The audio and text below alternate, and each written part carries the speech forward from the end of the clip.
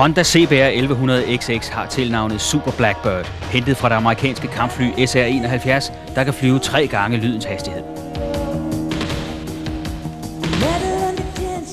Hondas Blackbird skjuler sin 16-ventilede, 4-cylindrede, vandkølede rækkemotor på 1137 kubikcentimeter under den diskrete kåbe, som en bodybuilder, der skjuler de svulmende muskler under en løst hængende trøje.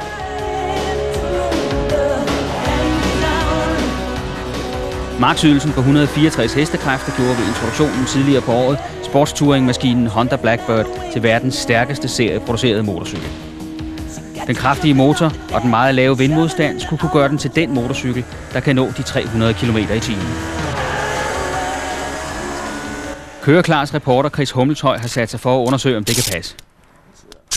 Lige inden grænsen monteres et lille kamera op på tanken, og det indstilles, så det kan registrere speedometer og omdrejningstæller under testkørslen på den tyske autobahn.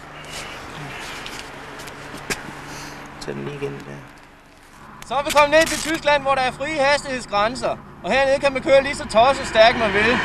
Så det rigtig fast, den her den kører 300 km i timen. Hold nu godt fast derhjemme, for det her det kommer til at gå stærkt. God tur.